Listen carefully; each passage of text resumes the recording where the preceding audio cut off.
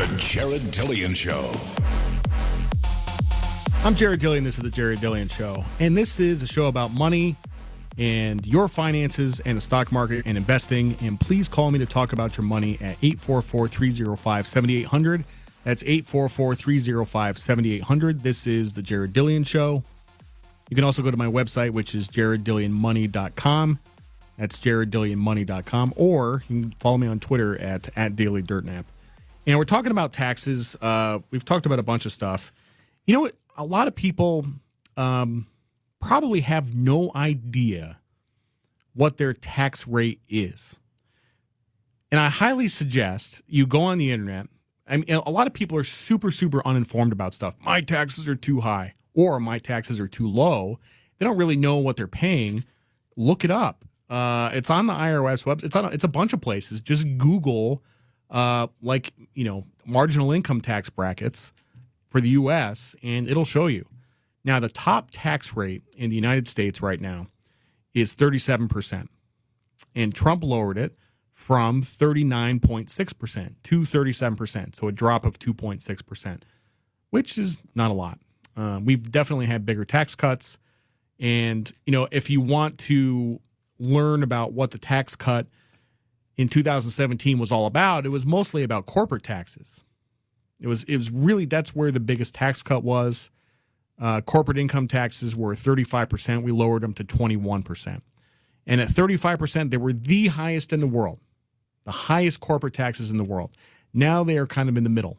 So that's where we are today. If you want to think about a place like Ireland, Ireland has been booming for 20 years, and it's because I want to say their corporate tax rates are like 10% or something like that. So you have corporations moving to Ireland all the time, and they've been on fire. But I do want to talk about, look up your tax rate and get informed to find out what you're paying in taxes. And I do want to talk about this concept of estimated taxes, because that's what I pay. And like I said, I write a check to the IRS in April and June and September and January. And I have to say, I think everybody in the country should pay estimated taxes. And if not estimated taxes 4 times a year, I believe this to my core. I believe this to my core. There should be no such thing as tax withholding. None. No tax withholding from your check. Now, this is impractical because the government needs revenue on a periodic basis, like all the time. So this would never be implemented, not in a million years.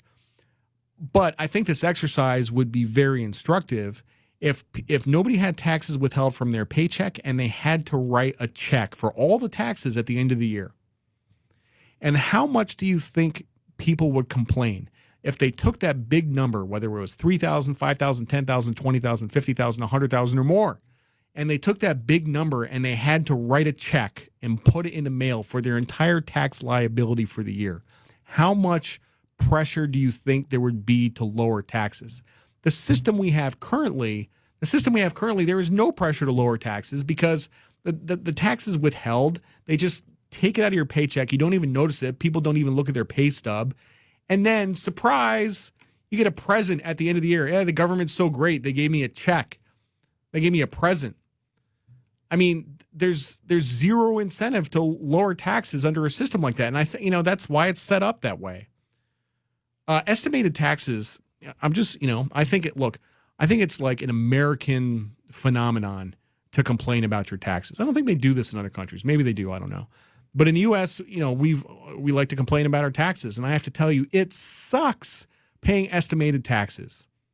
It sucks. So basically from my accountant, I get like 4 vouchers that tell me the amount of estimated taxes I have to pay during the year.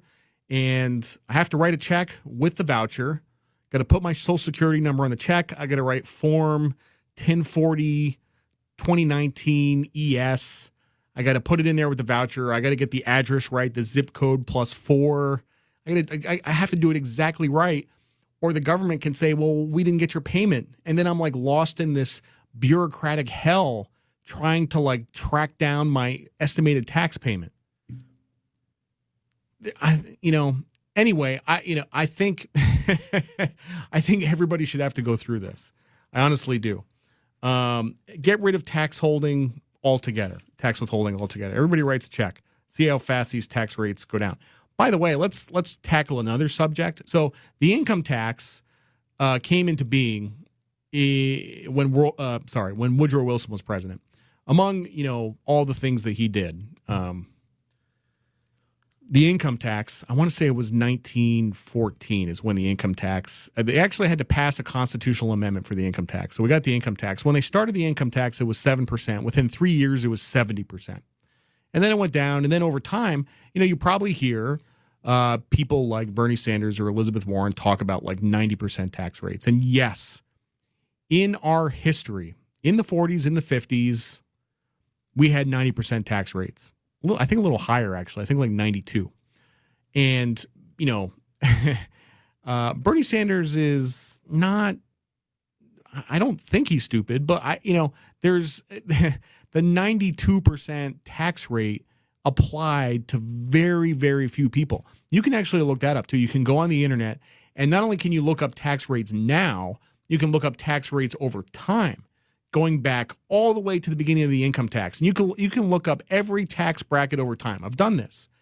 And back in the 30s and 40s, that 90% rate applied to like all income over $2 million. Now, $2 million is not a big amount of money today, but like back then, there was only like 5 people in the country that made $2 million a year. So they passed this 90% income tax bracket, but it only affected like 5 people. If you ask Bernie Sanders if he wanted to, if he wanted to impose a 90% income tax, and you asked him what level of income you would want to impose it on, he would probably say like $700,000. I don't know that for a fact. I'm just speculating.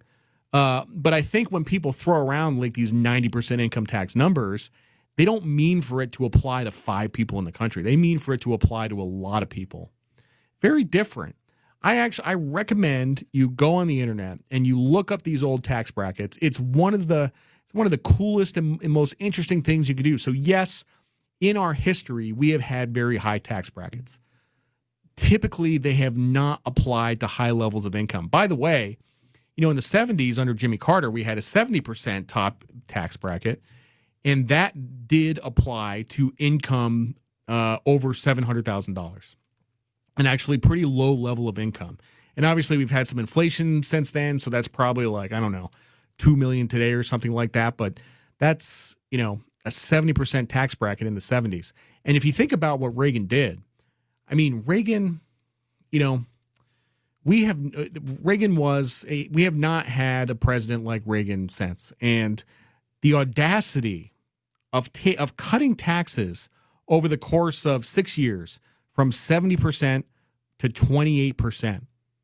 Just incredible. I don't know how it was accomplished. I have no idea. It's just absolutely amazing. So if you were to ask me, I would actually say we should get rid of the income tax. Just get rid of it. And obviously you need revenue, so what do you replace it with? Well, first of all, we don't need this much revenue. We're collecting too much revenue. The government should be smaller. But just put that aside, we should, instead of an income tax, we should have a consumption tax. We should have a national sales tax, consumption tax, VAT tax, whatever you want to call it. And it should be high. It should be about 25%. And if you had a 25% consumption tax, then it would replace most of the income from the income tax. And philosophically, this is very important because, income, basically if you tax something, you get less of it. If you tax income, you get less income. And we want people to earn income. We want people to be productive. We want people to work and earn income. But it's the consumption that we object to. We don't want people buying yachts. We don't want people buying, jewelry. So tax consumption.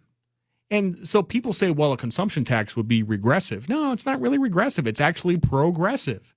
Because if you have a lot of money, you'll buy expensive stuff and you'll get taxed. So that is the ideal system. And the only guy who's come close to touching that third rail is Herman Cain. And Herman Cain is, not the most respected guy in Washington. He couldn't even get on the Fed. But he's really the first guy to come close to saying we should have a consumption tax. And, honestly, one of the reasons we don't do it and one of the reasons we shouldn't do it is because we'll end up with both, like Europe. Europe has high income taxes and high consumption taxes. If we tried to pass a consumption tax here, we would never get rid of the income tax, and then we would have both, and we get taxed more than ever. And that's the reality of it. Anyway, that is my essay on taxes. Look at your total tax on your return, see how much tax you pay, and then figure out your effective rate. I'm Jared Dillian. This is The Jared Dillian Show. The Jared Dillian Show.